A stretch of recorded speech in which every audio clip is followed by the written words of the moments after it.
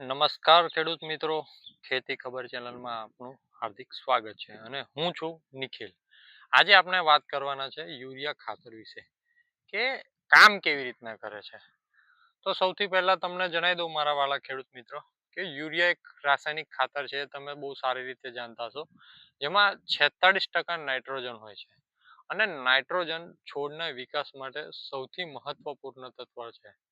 હવે ખાસ કરીને પાંદડા છે, ડાળખીઓ છે, કોષોના વિકાસ માટે એક ખૂબ જ મહત્વનો ફાળો ભજવે છે.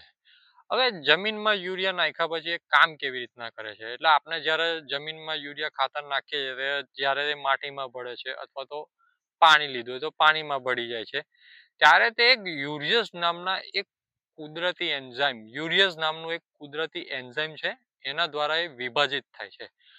આ પ્રક્રિયામાં યુરિયા એમોનિકલ કાર્બોનેટ એમોનિયમ કાર્બોનેટના સ્વરૂપમાં એ બને છે અને ત્યારબાદ એમોનિયમમાં રૂપાંતર થઈ એમોનિયમ સ્વરૂપમાં નાઇટ્રોજન છોડને મૂળ દ્વારા શોષીને કામ કરે છે.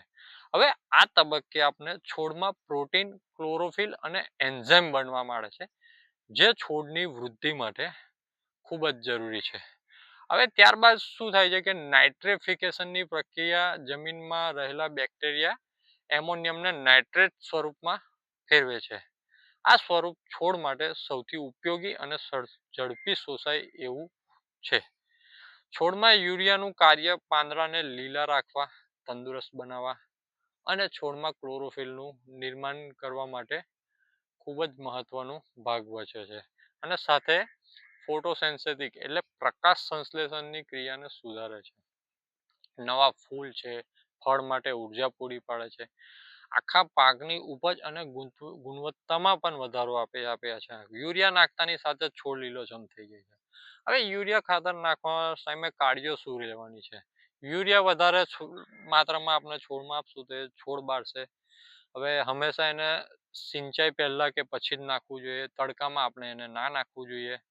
યુરિયા જમીનમાં ભળી જાય એ સુનિશ્ચિત કરવું પડે, નહીતર એ નાઇટ્રોજન હવામાં ઉડી શકે છે. છેલ્લે વાત કરીએ તો યુરિયા ખાતર છોડને ઝડપીથી નાઇટ્રોજન પૂરું પાડે છે, જે તેના વિકાસ, ઉપજ અને પાંદડાની તંદુરસ્તી માટે અગત્યનો ભાગ ભજવે છે. યોગ્ય માત્રા અને સમયસર ઉપયોગ એ સફળ ખેતીની ચાવી છે.